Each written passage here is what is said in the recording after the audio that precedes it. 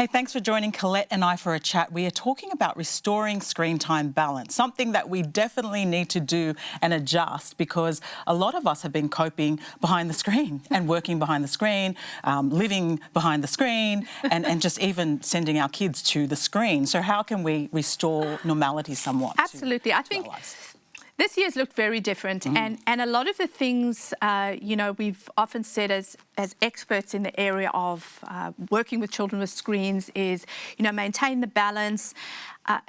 But the balance looked very different this year, and the balance kind of was tipped in favour of screens.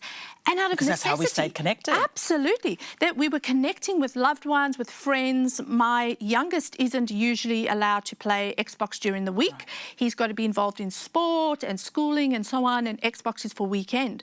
But this year we had to bend that rule in our home because he needed to connect with his friends online over the headset in the afternoons because he hadn't seen them all day. It was a coping mechanism. Absolutely. And it was good for his mental health.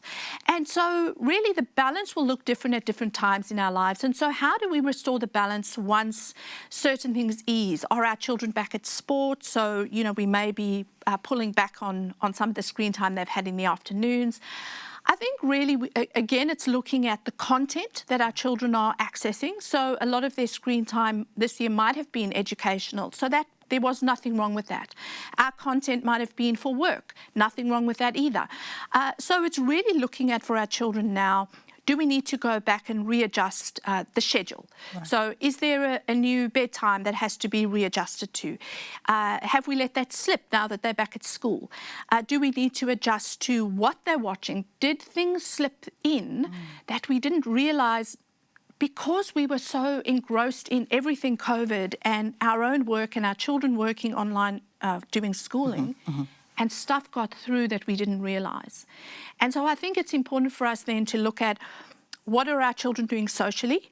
Are they accessing apps and social media that is not age appropriate for them? Right. So social media is not recommended for children over 13. Do a technology check. For under 13, sorry, yes. Right. And absolutely do a technology check. So things like TikTok, that is not actually something even recommended for children under 16. Wow. And so, things might have slipped through the cracks. What we see as fun and family activity, we need to be more mindful of and look at it and see, is this appropriate for our children? And then, if our children have stumbled across adult content or pornographic content, have those conversations with our children. Did you find something or did someone send you something that I didn't notice was sent to you or that made you feel ugly in your tummy or feel a little bit sick?